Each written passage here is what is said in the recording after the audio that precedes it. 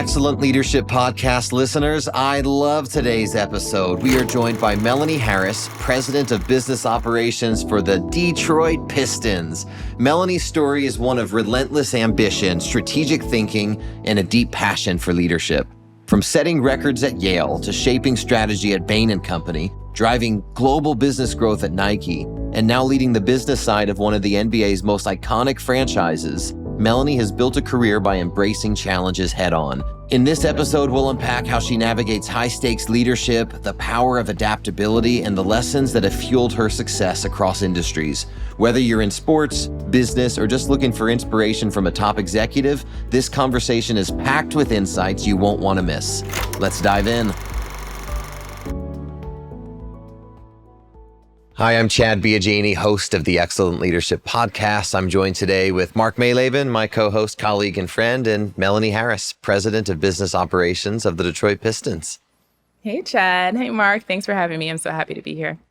Well, Melanie Harris, today you're the President of Business Operations for the Detroit Pistons. But we didn't start there. Your story doesn't begin there. I'd love to start with, I hear that you're a record holder. I almost said Arm & Hammer, No. But you're a record holder for weight and hammer at Yale.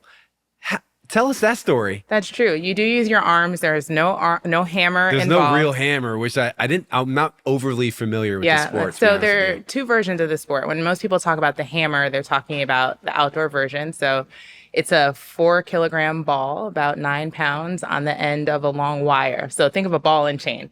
Take yourself back hundreds of years, kind of medieval time, and it's a rotational sport. You wind it up around your head and you throw it just as far as you can. And then when you go indoors, it gets heavier. So for women, it's 20 pounds. It's on a shorter handle and you use the same technique. And it's a sport that I love. I actually learned it in college at Yale. So I was a track and field athlete through middle school, high school. When I got to college, I was continuing in the multi-event. So I was going from the pentathlon to the heptathlon. And I spent more time with a throwing coach and found something that I loved, which, by the way, got me down to one event. So I can actually also keep my grades up. So that's a sport you can pick up late in life, I guess, or later in athletics. Not always. I would say some people pick it up earlier. For me, I don't know that I count 18 as particularly late in life. Yeah. But There's so many people are starting a sport at 3 and they're focused on that sport. Yeah. My first sport was soccer. Actually, really, my first sport was cricket. I'd play cricket in the backyard with my dad, who's from Barbados. Yeah, his family's from Barbados, and cricket's a very popular sport in the British West Indies. But I believe that more kids should do many sports when they're young. You don't need to pick up throwing the hammer, as an example, when you're 3 years old, for sure. That's cool. That had to be a fascinating sport to be a part of. I loved it. It got me plenty strong. I did some powerlifting. I spent some time in the weight room with the football players. I never put my head and strengthened my neck the way that they did, but we did some of the same weightlifting exercises for sure. So I love that. How far is the record that you set at that time? So I set the record for the indoor 20-pound weight, and I threw it about 60 feet. Wow. Yeah. And it's 20 pounds. You threw it 60 feet. Yeah. How far do you think you can throw something 20 pounds? Well, You can't throw a baseball that far. I was going to say, a Nerf gun? Or what are those ones that you you could throw really far with the Nerf with the thing? Yeah, the football with the little... whistles? Yeah. We get those pretty far. But no, 20 pounds is unbelievable. A lot of physics involved, and it's actually easier. The spinning is the magic to lots it, of right? centrifugal force, lots of back pain. That's probably why I asked for a pillow when I came in. Long lasting, because you're pushing a lot of force out against your body, and you're holding it back with your core. When you set the record, was it in an official competition? That's how records work typically. That's how it works, right? It has to be. I've thrown farther in practice, but yeah, I set the record. I was a conference champion multiple years in a row, and it's something I love. I thought about doing it after college, but it's really hard to pay your bills as a hammer thrower. But you grew up an athlete, though. I did. Yeah. And was that something you just naturally had an affinity for, or your parents were thinking, hey, this is great for maturation and learning teamwork and hard work, or what was it? Probably all of the above. Probably my most intrinsic athletic trait is competitiveness. So I was Yeah. always a competitive child. And then I like to move around a lot. So my dad was an athlete. He played basketball in college. I have two brothers. They're both athletic. I'm the only girl, and I wanted to keep up with everyone. So I did always love You're the running youngest around. I'm the middle. Oh, you're the middle. Okay. I'm the middle. But it didn't matter. I'd compete up, down, no age discrimination. If you're out there with me, I'm going to compete with you. And so I always loved sports from a very young age. My first team sport I joined when I was 8 years old. So that's when I referenced soccer. And I think outside of the competitiveness, that's part of my, I'd say, intrinsic spirit. I just love the teamwork. I love the measurability, being able to say I can do this much better each time I go out and compete. And a lot of it is up to me, and a lot of it is up to how I collaborate with those around me. So I think there's so many life skills that come from sport. It's hard for me not to want to encourage everyone to be an athlete. At what time in your high school career did you say track and field is where I'm going to really focus and be excellent at? I actually got pretty focused in track and field when I was in middle school. Oh, wow. So around 7th grade. And I'm pretty tall. I started having some of those growth spurts, and I thought about basketball or volleyball, and I ended up being another thing, so intrinsically competitive, also a little bit contrarian. So I said, I'm not going to do the typical tall girl sport, but track was something that appealed to me. I was fast enough, I was pretty strong, and I could do some things with my height, like high jump, long jump, hurdling. That certainly helped. And did you end up getting a scholarship to Yale for track and field? No, so the Ivy League does not give athletic scholarships. Oh, I didn't know that. Okay. Yeah. It's one of those things which, there are good sides and bad sides to it. The thought process is that everyone has a talent. Could be athletic, could be academic. If you go to an Ivy League school, you typically have some academic talent. And so I did receive some financial aid just because of my, my family's financial situation, but it wasn't track or related. Wow. Yeah. Clearly we're competitive on the court, on the field, on the pitch, whatever sport you're playing, but clearly you were also very competitive in the classroom. So tell us about your academic career in high school, even to get to Yale. I grew up in a house where we didn't get to watch a lot of TV. You read the back of a cereal box. I grew up in a time where, you had a research report. You went and looked at encyclopedias and that type of thing. So I grew up in a library back then, right? Back in my day, which is what my kids say when they're talking about me. Yeah, you had to learn the Dewey Decimal System and all of that stuff. Absolutely. And my mom would take us to the library, and that was an activity. It wasn't always going to the movies or going out to eat. We'd go to the library as our activity for the day. So my parents really valued education. So my two brothers and me, we all have very kind of high valued degrees because that's something that our parents instilled in us as something that we needed to do. It wasn't an option. So I do think some people are born, I think I was one of them, with some degree of natural affinity to school and some academic talent, but a lot of it was my parents just demanded it. I grew up with a friend who he ended up going to Ivy League too, but he would come home from school and then he'd have a separate set of book reports that he'd have to do each month for his parents. Really? Yeah. Yeah. I didn't have it that bad. Like he couldn't come play with us until he finished his personal parents' chores and academic work. And we all thought they were total nut jobs at the time. But then, of course, he goes on to Ivy League and all of us go to state schools. But clearly your parents weren't that strict, but they were encouraging you to. Was it competitive too? Where did you go to public school or private high school? I went to public school my whole life. Yeah, so that competitive nature where you've got probably hundreds of classmates, you're like, I'm going to be the best in the class, I'm sure. Yeah, so I went to a very large high school, public high school in New York, about 4,000 people in the high school. Wow, so there was a lot of tracking. So there were some people in my high school who were studying vocational things. They were going to be an auto mechanic or a cosmetologist. There are other people who were kind of middle of the road. And I happened to be on a track guided by my parents. That was for honor students. So there was already kind of a natural or we can call it a natural separation within that large school that bred competition. But even within that, I was the captain of my track team. I was the president of my class. Wow. And I was competitive across lots of dimensions within that large public high school. And one of those was, in the classroom. I did want to have good grades, and I did get good grades. So at the end of high school, I'm sure you had so many options of what you could have done, where you could focus. Tell us about that stage of life. Like, how did you decide to go to Yale? And at that time, did you have a clear vision of what you wanted to study and do? Yale was the only college I applied to. Oh, no way. Yeah. That's what you wanted. You were set on this. Every year, Yale has a high school invitational that I got to go to when I was in high school, a track invitational. And when I stepped foot on the campus for the first time, I fell in love. I thought it was beautiful. It is. It's a really beautiful campus. It feels like medieval again. Maybe that's why I ended up throwing the hammer. Brought me back to that point in time. But it's not just how beautiful it was. I remember on my first college visit, I wasn't there just to compete. I was there to think if I wanted to apply. I saw the dining hall workers picketing outside with students demanding higher wages. And I loved that intersection of these very privileged children or young adults, whether or not they came from money, they're privileged to just be students at Yale, saying, I'm going to go hand in hand with the folks who are serving us food in our dining halls and make sure that they have a fair wage. And I just loved that opportunity to be a part of that. So, it wasn't without good planning. I applied early admission. If I didn't get in, I would have time to apply to other schools. But I knew that I wanted to go to Yale. And did you know what you wanted to study when you got there? I thought I did. I thought I wanted to be a film major. Oh, wow. Yeah. I fast forward, spoiler alert, I ended up studying political science. But when I got there at the advanced age of 18, I thought, I want to go tell people's stories.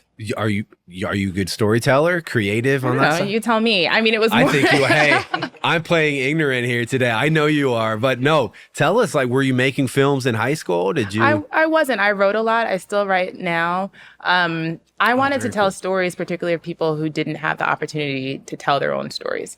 So I wanted to focus on stories that weren't told in mass situations. So stories about women, stories about immigrants, stories about people of color, frankly, stories that mirrored the lives that I saw growing up, the lives of my family still to this day. And so it was really that. And I think that's why I ended up moving to political science. It's like, how can I impact change and represent people who in some cases are voiceless? You said you still write today. I do. What are you writing today? I want to hear about this. Usually to-do lists.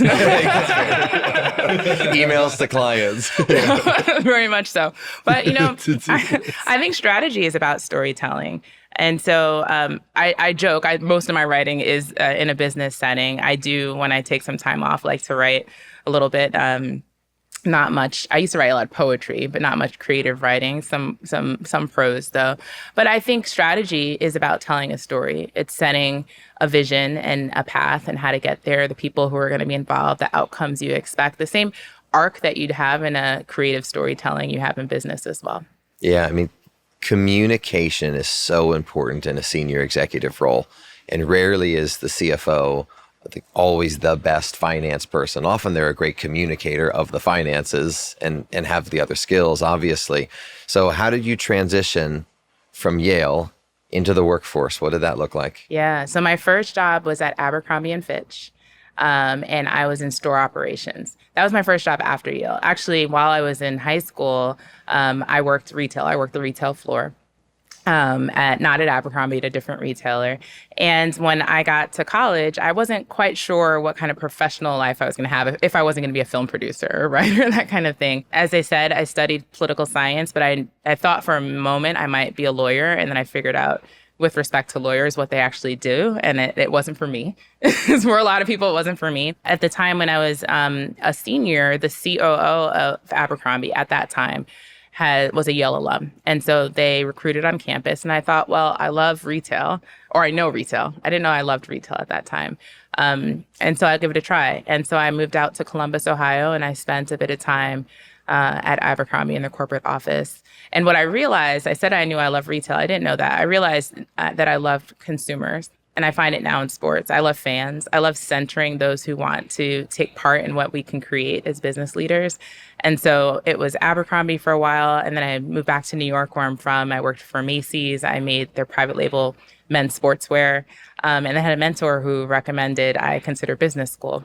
And so that's when my career took a little bit of a detour. But my early career was all in retail.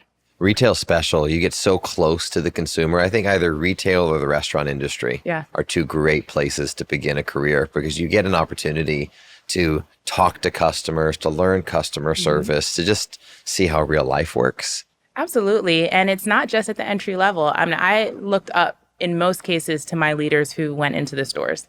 I didn't really respect as much those who sat behind a desk or sat in an office every day, because how can you direct and lead a team if you don't know what it's like to have a customer yell in your face or have someone, knock over the pile of shirts you've meticulously folded for the past 20 minutes? Like, if you don't know the day-to-day experience of your on-the-ground frontline employees, how can you then say your fans or your consumers, your customers? There's so much almost psychology behind focusing on a consumer or a fan, and you have to understand that up to the highest levels, not just in your entry parts of your career.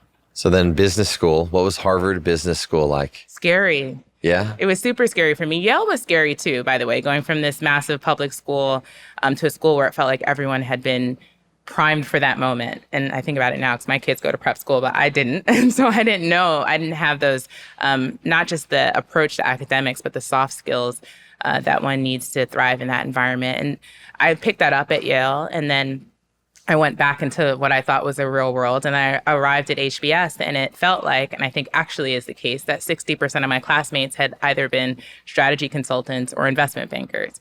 So their version of real world, which was a real world, was very different from me, who was doing, as we just discussed, everyone at Macy's worked the floor over Thanksgiving through Christmas.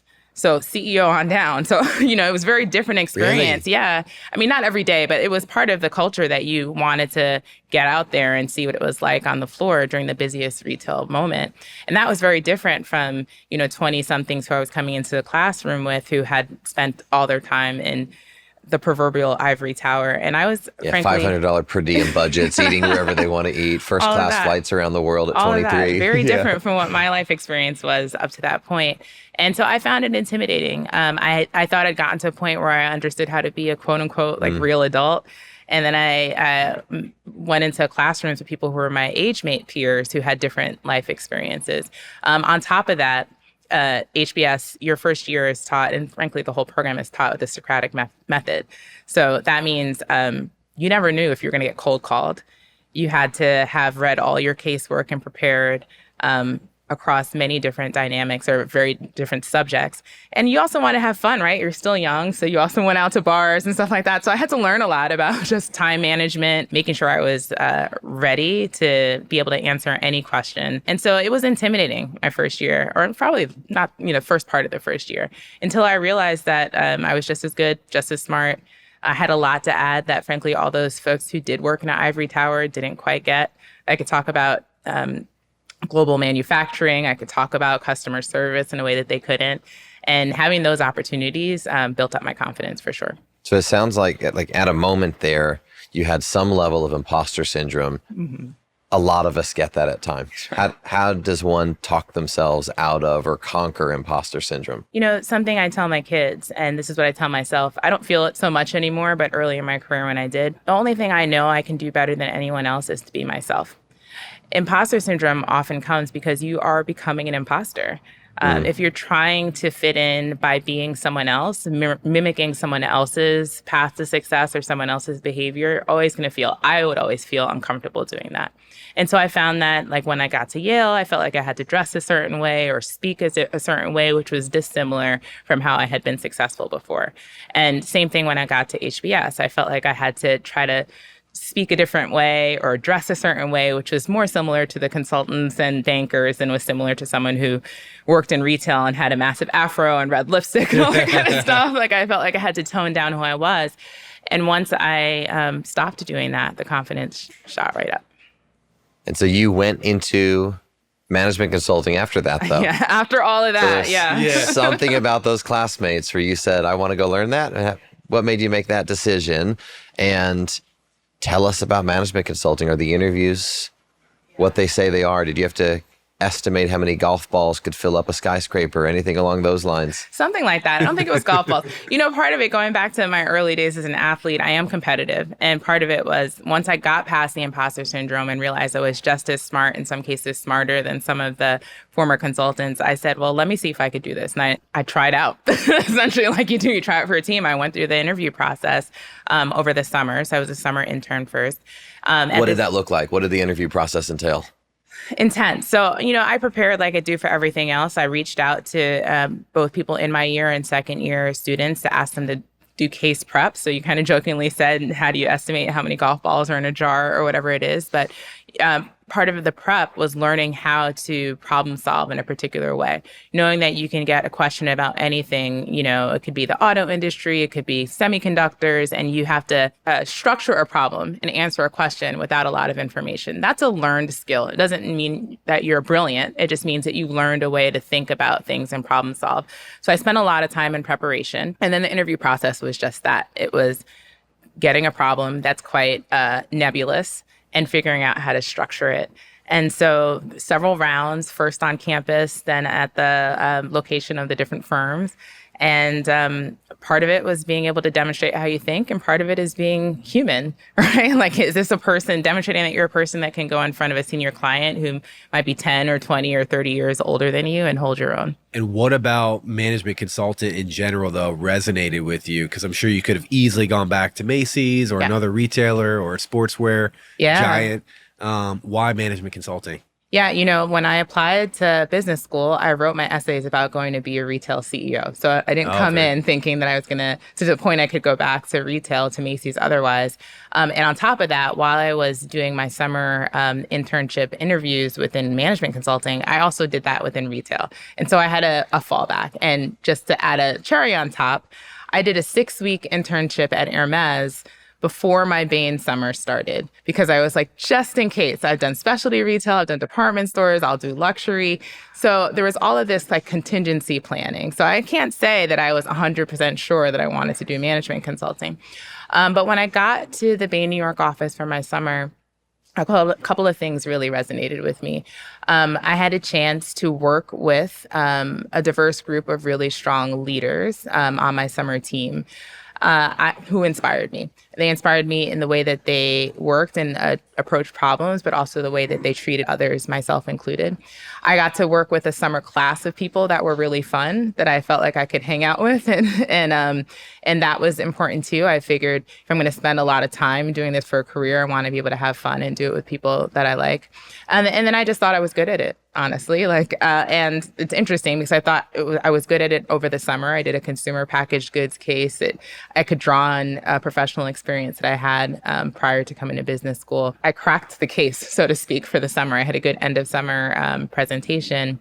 And then when I came back full time, I thought I was good at it again until, frankly, imposter syndrome started to sneak in. But was it the variety of clients and problems that management consultants get that was more interesting to you than, because I'm sure you could have met some awesome people back at a retailer and had a really interesting challenge there, but still you chose that versus... Yeah, the variety is certainly stimulating. You don't get bored. What is not diverse is the quality of people. So working with really smart people day in, day out, and that's not to discredit the people I worked with in retail or the people I work with now. They're all smart in different ways. But there's something about the homogeneity of people who'd all gone to the same type of school, had the same kind of type A competitive personality. Most competitive people in the world. Yeah, that just really is like a little iron sharpens iron type of thing. And I really thrived off of that environment. And then I loved being able to, again, competitive, prove that I could do it. Prove that I can help a really seasoned CEO solve a problem. I really love that too. So give an example. Yeah, I was going to say. What's the type of problem a management consultant gets to work on? Even now, I would say, can you disclose at this far past, like what types of clients you were working with? I won't name clients, but I can talk about types. Yeah. While I had a lot of diverse clients, often they were in consumer-facing industries. And that was self-selection. Bain allows a lot of diversity, and you're a generalist when you start. So you can be doing lots of different things. I did private equity. I lived for a year and a half in South Africa where I worked in a gold mine. So that was very different. But you worked in a gold mine. I literally I'm not letting you jump past that and keep going. You worked in a gold mine. I went down underground into a gold mine. Now, that wasn't my day-to-day experience. Most of the time was in an office. Yeah. But what does a mining company, what types of problems are they calling Bain to do to say, hey, please come we need your experts to come down here? So the situation with this company was that they were having a higher than permissible, and the permissible number should be 0, but there's a permissible number of serious injuries and deaths on the mine. So if you think about mining, for those who are not familiar, and I wasn't when I first went there, the closest thing to think about is construction underground. So you're thinking about have heavy explosives, there's dynamite cracking underground, and except all of this is happening thousands of, hundreds of feet under deep mines. So you also have things like there's no oxygen. Oxygen needs to be pumped in. So there are all these things that can happen. On top of that, in South Africa, the mining industry in most of Southern Africa has certain stratification to it. So the people who are working the construction essentially under the ground come from many different countries, and even within South Africa, speak many different languages. And then you have the mine boss who's working the site, kind of think of the foreman, who typically in this instance is an Afrikaner. So their main language they speak of Afrikaans. So you may have these kind of Bantu, Southern African languages, of which there are several being spoken by the mine workers. The mine boss speaks Afrikaans and not those Southern African languages. And the mine owner, in this instance, is from the UK. And so they're speaking English. And so there's lack of communication that happens. We were brought in to help figure out what was the source, or how can you minimize the mining deaths and serious injuries. 2 reasons. No one wants anyone to get hurt. Second reason, every time that happens, the mine shuts down. When a mine shuts down, you're not bringing out gold, you're not making any money. Yeah. So there's an economic thing that you're solving for, which back to your earlier question, most of the things that you solve for, that comes down to when someone's hiring a very expensive management consulting firm, it's because they want to make more money. You want to make more money on the top line, or you want to save money in the bottom line. But this had a special kind of a double bottom line. It's like you want to keep the mine in business, but you also want to protect these people's lives who are working underground. And so the reason I went down the mine is because I had never been down a mine, and I wanted to see what the situation was down there. So obviously, I was presented with less risks than the everyday mine worker. Everyone was going to make sure things were up to snuff. What we realized is that people, in their lack of communication, just like in any job, if you don't care about the people you work with, you're not going to take care of them. So my shift is over. I'm not going to do the quick check to make sure, or the thorough check to make sure there's no live dynamite stick left under. I'm not cleaning up my work site. I just want to get back up the shaft and get out of there. There are some instances where there are more women now working underground, but there weren't clear and separate facilities. So there were some kind of unsafe things that were happening with regard to male and female relationships underground. All of these things were happening that were leading to either injuries underground, or when you got back up, because things happened underground that you take care of in the dorms where a lot of the workers So stayed. you became, even though you didn't know mining, you became an expert, or were an expert at asking really thoughtful questions, almost like a Six Sigma specialist, where you're looking at every element of what's happening throughout the course of a day, a week, interviewing a lot of different people, and then coming up with proposals, right? When I first walked in, I wouldn't say I was given immediate respect, but because I was the only person on the case team who looked anything like the folks who worked under the mine, even though I didn't speak their language, honestly, or any of the languages, I was the one who could be in the room with translators and helping to run these interviews to understand what was going on in the dynamics, and with a group of folks who had never been asked before, not by their boss, not by their boss's boss. And those folks didn't look like them. So there was this intrinsic interest and trust. They wanted to know, did I know Beyonce? Which I didn't, but it's like, oh, you're this Black woman with this American accent, maybe. But that aside, and I let that, they asked me questions kind of like that through translators, wanting to know about me. And then with that sense of openness, they were able to share some things with me that they weren't sharing with others. Makes total sense. So you had mining clients, CPG clients. Yeah.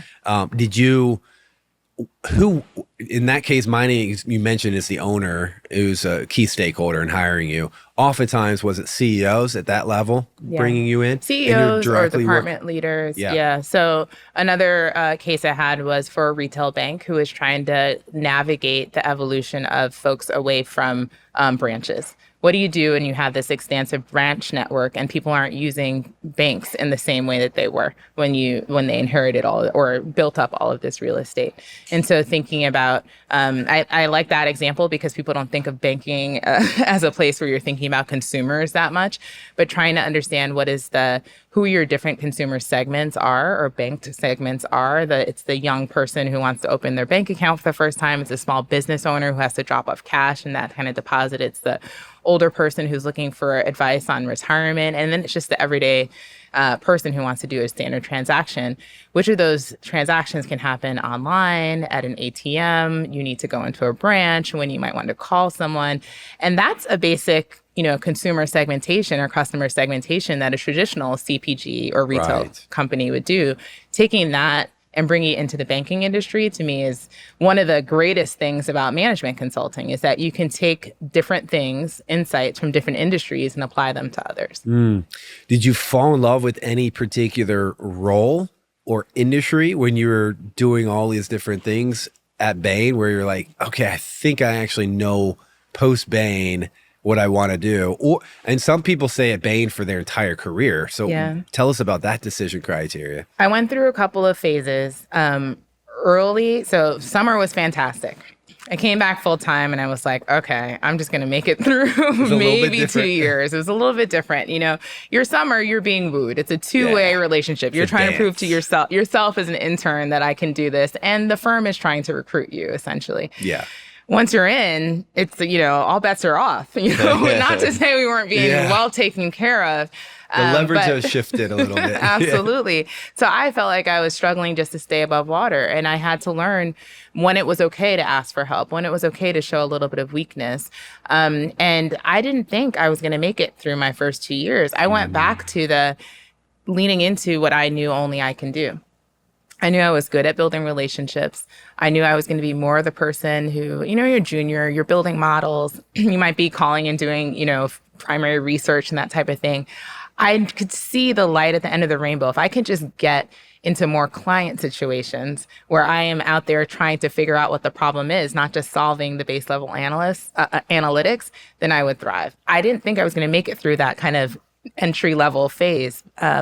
But once I did, then I thought, well, I guess I'm just going to stay, like I said, I moved offices from New York to South Africa for a little while. I came back to New York. I was being promoted. I was taking leadership positions at the firm. I had a great range of clients, some that changed over time, some that were consistent, and I had for years. And, during that time, I got married. I had 2 children. I bought a house. So that was it. Comfortable, yeah. This was going to be my career. Yeah. So how many years at that point were you in Bain where you're like, I think this might be it for me? Probably when I decided I was going to pursue the path to partner. Okay. I said, once you come in, I came in after business school. I started as a consultant. You kind of tenure your way. If you're good enough to get to be a case team leader, a trial manager, then you get to be a manager and then a principal, and you're like, almost a partner. But you really have to put a stake in the ground and say, I'm going to go for this partnership. And once I had gotten to kind of this senior manager level, I thought that's what I was going to do. But that's not all you did. It's not all I did. So I ended up getting a call. It's one of those things. Another thing that's true when you're a consultant is a lot of people call you. Yeah. Right. And the more senior you get, the more calls you get. I would say that to folks all the time. Most marketable people, I think, on the planet. I'd say that to folks all the time, frankly, when I was mentoring them at Bain and people who still call me now. You don't think you can make it. Hold on. It only gets better. The options get better, both inside the firm and outside the firm. So I got a lot of calls throughout my Bain career. The Nike one was special. And that's what I ultimately, as you know, left Bain for. So what was the pitch from the recruiter? Well, first, I didn't answer the calls. Yeah, that's typical. Yeah.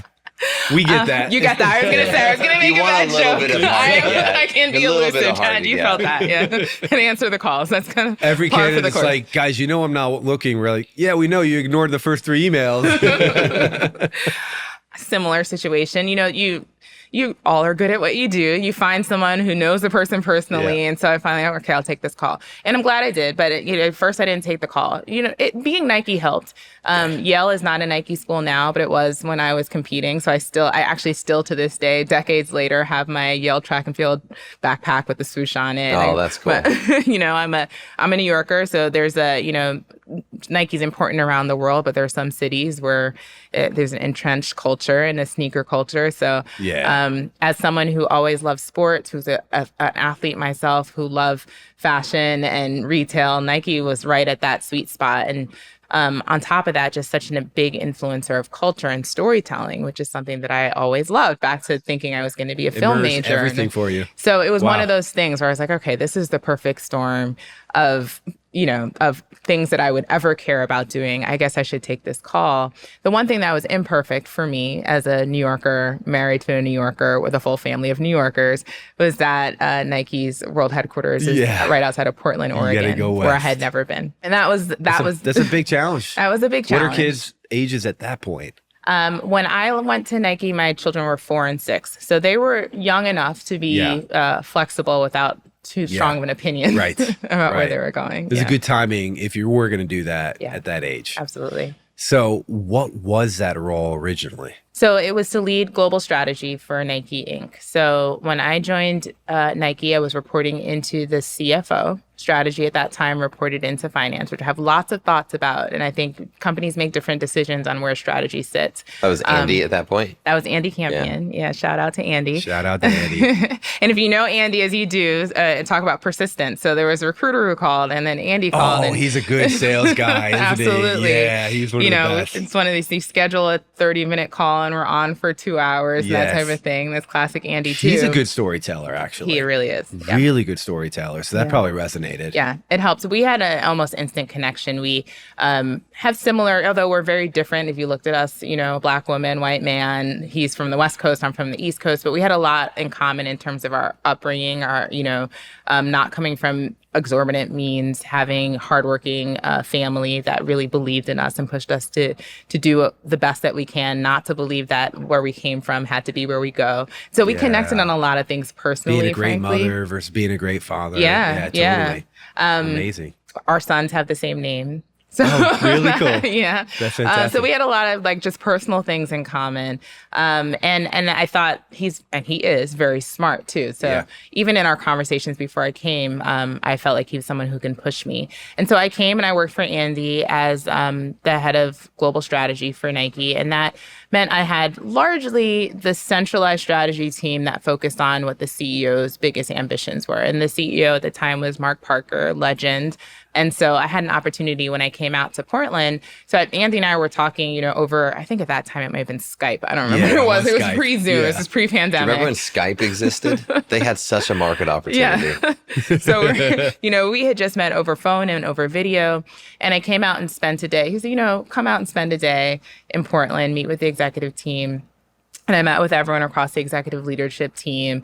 And I ended the day with Mark Parker. And it was just a fantastic day of just legends, CMO, CFO, CHRO, head of product, head of, I met with Elliot, who's now the CEO, who's leading all the marketplaces. And it's just... Many of them had been there for decades, most of their for their whole career. professional career. Yeah. And I was just so inspired by everyone I got to talk to on that day, by the campus, by everyone I saw. And I felt like I really need to be a part of it. Now, to add on to being a salesperson, my husband, my 2 kids came out. They got to shoot hoops in the Coach K gym, go shop at the company. So while I'm in having all these meetings, they're going and having the time of their lives. And your husband's like, I think you need to take this. Look, decision was made before I even had the final offer. That's how it works. Yeah, so I came in leading that strategy group, and then my strategy role expanded over about a year and a half, and lots of things happened. There was a CEO transition, there were some other leadership team changes, and I took on not just the central team, which managed the CEO level ambitions, but had strategy across all 4 geographies, across the multiple brands. At that time, it was Nike, Jordan, Converse, and it had Hollister brand. That's not Hollister. Sorry, that was Abercrombie. Hurley, the surf brand that was sold off. And so manage strategy across, countries, geographies, and brands, and then across all the divisions or departments within those brands. Melanie, how do you even onboard into a job that large? Because I'm around a lot of large organizations. It's not shocking when maybe a CFO or a CEO wants a head of strategy come in, but potentially the various department heads say, hey, my department's doing just fine. I don't really need someone else to come in here and tell me how I can do my job more effectively. So just winning trust and building rapport becomes one of the biggest jobs in those first 60, 90 days. How do you do that? Yeah, I mean, Bain certainly trained me for that, because that's what a consultant does, right? You're going into, you may be hired, as you asked, by one person, but you need to have impact, and in order to do your job, build relationships with many people throughout the organization. most of whom don't want you to be there. They either think you're coming to find out if they should have a job or not. You were hired because they weren't able to do what their leader thought they should be able to do internally. Those things are often not true, but that's the sentiment that you enter as a consultant. I think what helped me to be successful in that early time at Nike was partly the Bain experience. I'm not a type of person who comes in and says, day one, here's what we're going to do. Actually spend a lot of time getting to know people, their priorities, what's worked, what hasn't worked. I think being a sponge, that's actually advice that Mark Parker gave me. It had been a maxim at Nike, just be a sponge. Find, the same way you want to get to know your consumers, get to know your colleagues, get to know what they've been doing. Don't just come in and try to, bulldoze your way in. And so that's something that I brought to that role, and I'd recommend to anyone coming into a new big role. How do you balance that with trying to find some early wins? Because you also don't want the opposite of, hey, what is she doing What's your here? value Nothing's here? even happened Yeah. yet, but everyone likes you. Yeah. So what advice do you have there? I'll go back to strategy. You find a couple of things that you say you need to that need work. Part of it is just identifying what the opportunities are and saying them, right? We knew at that time when I joined Nike, there was an opportunity around becoming more tech-enabled. There was an opportunity around reaching consumers who were no longer coming into physical locations. There was an opportunity around better relationships with with Nike's wholesale partners, where a majority of the retail was happening. So one thing was just spending time with the leaders of the retail business and the wholesale business and understanding how I could be helpful. It wasn't necessarily around me putting my Melanie stamp on it, but how can I drive forward the thinking that you have on your plate and the action? How can I help you to elevate your ambition to the board where you might need investment? And so, a little bit is humility. Saying, I can help you, leader. I'm not here to usurp your power or take over your job. I'm here to help you accelerate some of the things and put, words around the ideas in your head that will drive the ideas to action. Quick interruption. If you are enjoying the Excellent Leadership Podcast, I have a small favor to ask you. Could you please take a moment to like, subscribe, and leave a 5-star review? It helps us grow the Excellent Leadership Podcast community and ensures we keep bringing you top-tier guests, powerful insights, and impactful episodes. Thanks for your support. Now, back to the show. I find that this is probably what a lot of chief marketing officers need to hear, because I tend to see a lot of chief marketing officers come into jobs and go, well, you brought me in because I know what's best for your organization.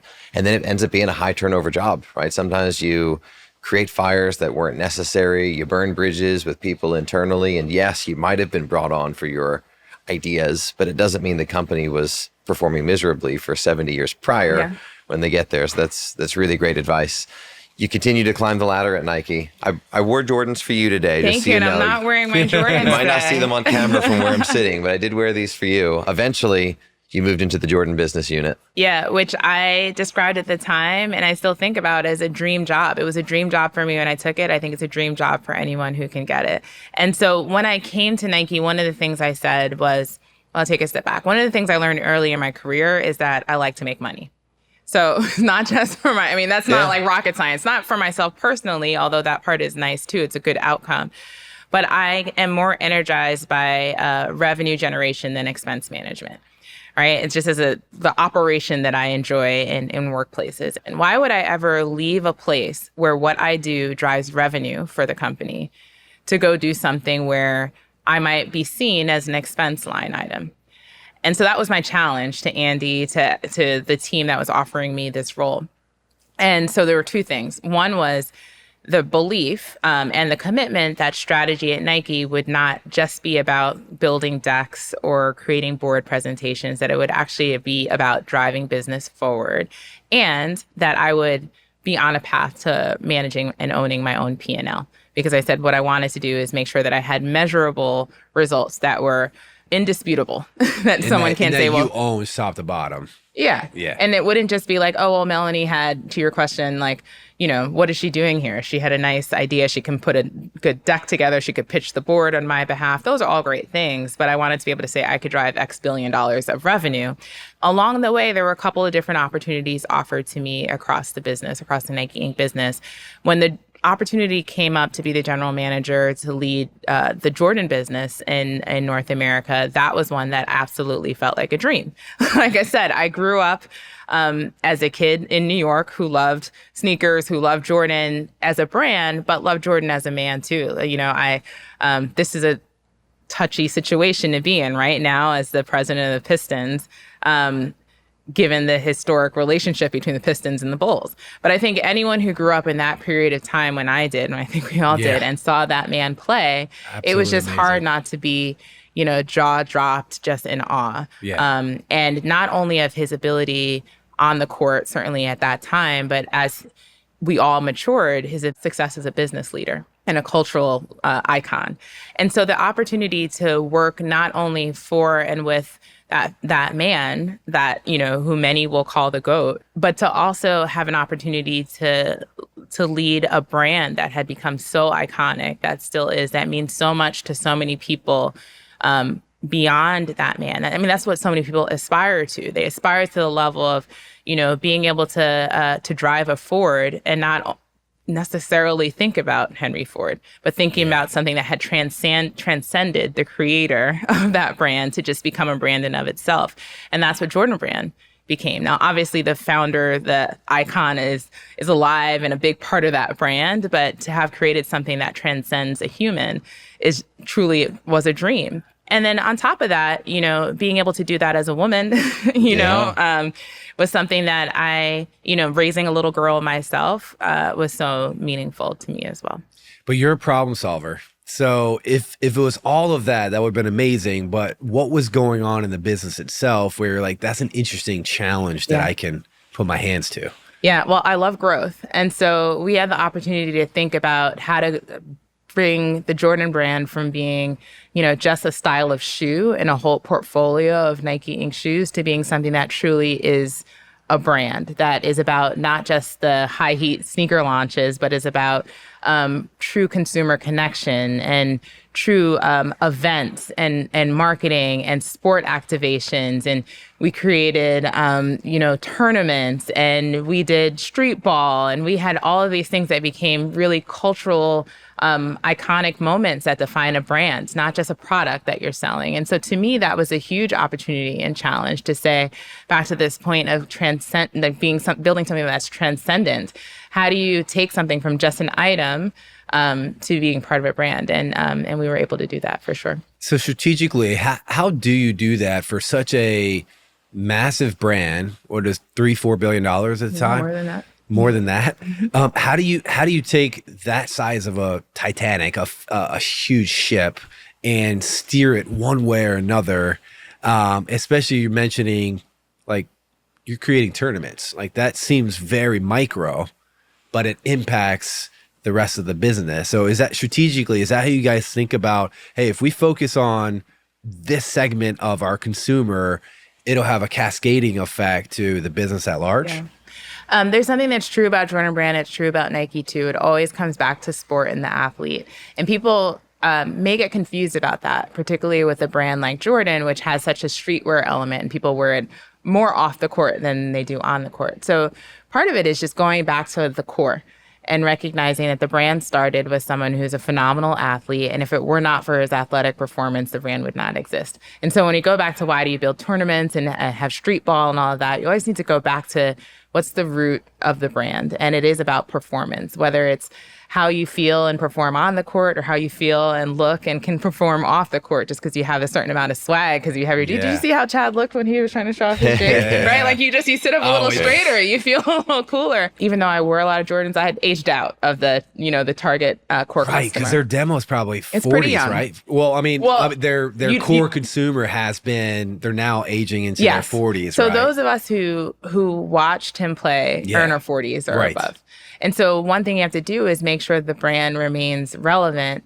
You always want across most consumer brands, but certainly ones like athletic footwear, to target a young consumer, right? Like most people, I am very inspired by the 80-year-old marathoner. Yeah. My kids are not. Yeah. Right? Yeah. And so, so you want to make sure that, 9-year-olds and 11-year-olds, like what I now have, are thinking it's the coolest thing to wear. And so part of that is that you want to be out where they are, where they think things are cool. And that is the music that they like blasting in the background while the kids who they think are cool are sitting on courtside.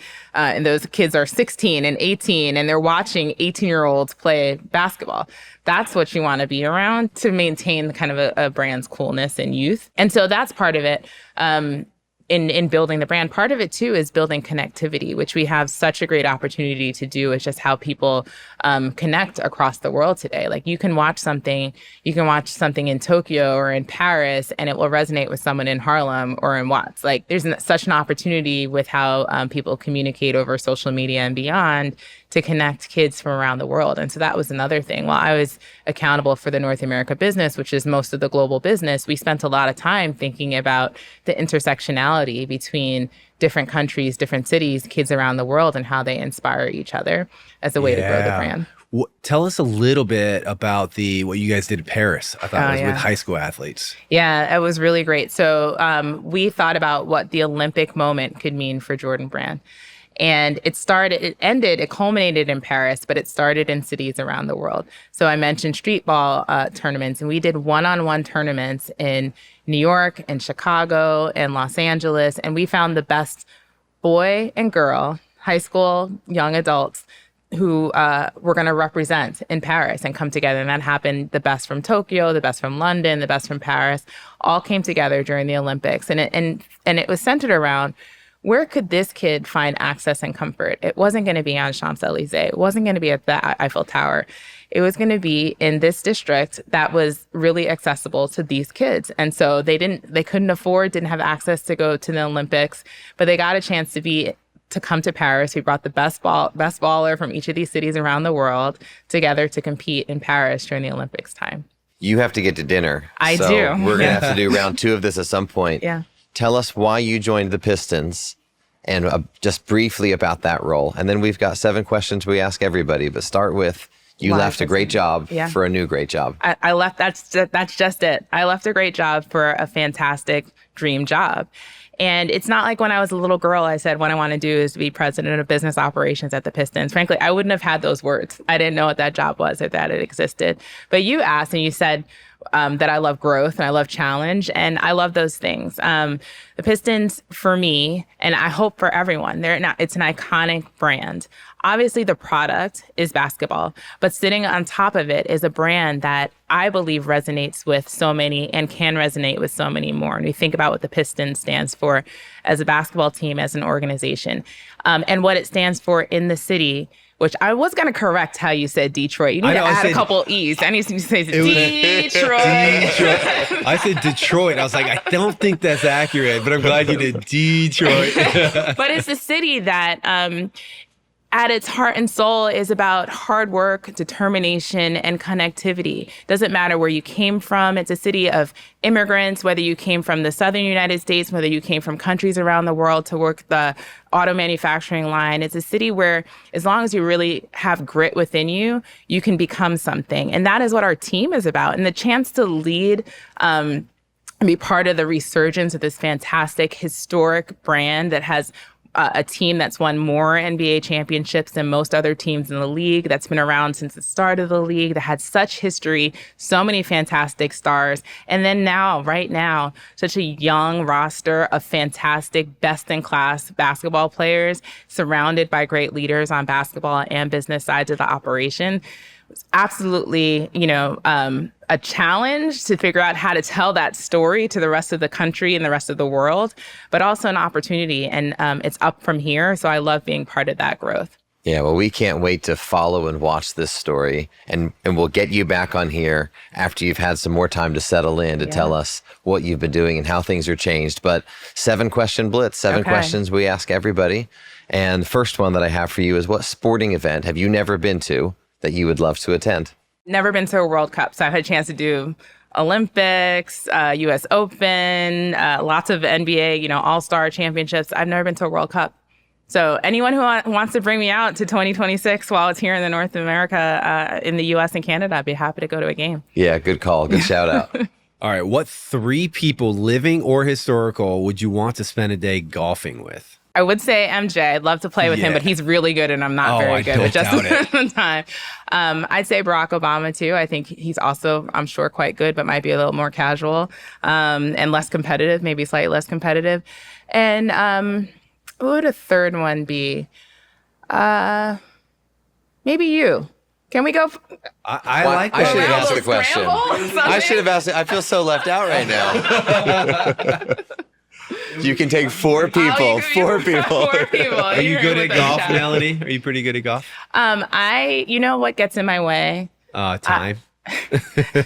I'm really fun in a scramble. That's why I said we can go on a scramble. Yeah. Consistency. It's the time and consistency. Yeah. It's tough. What sporting memory do you hold closest to your heart? Probably my first baseball game, which was not even to my team. I was born in the Bronx. I grew up loving the Yankees, but my first live baseball game was actually a Mets game that little nerdy Melanie, who was on the safety squad, the kids who go around and tell the teachers when someone's not in class in 3rd grade, our assistant principal took the safety squad to go see a Mets game. And it was my first live professional sporting event, and I love it. How fun. Yeah. What's something about you most people don't know? I usually go with most people don't know I threw the hammer.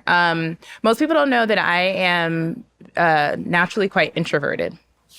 Yeah, a large part of my role and past roles have required me to be up front in front of people, but my natural state is pretty quiet and introverted. So you need your alone time to recharge. Yeah. I don't know how I'm going to go from this to dinner. I'm just going to have to sit quietly in the car for 15 minutes. For the next couple hours. Wow. You must have some professional pet peeves. We all do. Laziness. Yeah, it's a good one. Yeah, laziness. And if I add a second one, it'd be lack of self-awareness. You've had 2 dream jobs that you've already lived, Jordan, and now this one. If it wasn't related to sports, what's your next dream job? Probably something in the arts. Like I'd be a ceramicist or something like that. Yeah. Back to filmmaking, maybe. Yeah, maybe. Wow. Really? And then I'm not going to make you answer for Detroit because you're still new there. And everybody in Detroit wants to think they have your favorite restaurant. But when I'm in Portland, where do I need to go eat next time I'm in Portland? I think the measure of a city is who has the best slice of pizza. And that might be the New York in me. I'm going to give a shout out to my hometown pizzeria, which now unfortunately is closed, which happens with gentrification, but it was Canoni's. I used to walk by it on my way from high school home, and Mr. Canoni, he's no longer alive, but was alive at the time, always make sure you got at least a slice and a soda. If you had $2, if you had $4, he'd find a way. You got. Yeah. So I love that. And why I love pizza, and I check out pizza, and I'm not yet sold. I've tried a couple places in Detroit. When we come back, I'll tell you my favorite. But every city where I've lived, whether it was New York, New Haven, Portland, here in LA, there's probably great pizza. Detroit has some great pizza. It takes the basics. You need, flour, water, yeast, some tomatoes, some olive oil, some cheese, and you make something that's so delicious. Yeah. Right? But it requires some dedication and love, and it should be accessible so you can feed a lot of people with not a lot of money. So I always love pizza. But if I had to give a shout out to any restaurant, it would be, or any people, it'd be Mr. Canoni and his family. I love that answer. Pizza is an all-time favorite for me. And we keep talking about getting a pizza oven in the backyard. So we will see if that becomes one of the investments in the Biagini household. Yeah, so, I mean, it's like a birthright. I feel like it really should. I have not made one at home yet, but it'll be the best when I learn how to do it. If it's good, then we can be in this, you can be on the golf trip, Chad. Deal. Thank you. All right. The 4th spot. I like that. Melanie, thanks for joining us. Yeah, my pleasure. Thank you so much. Loved our conversation. Thanks for having me. Best of luck in Detroit. Thank you, Detroit basketball. All right.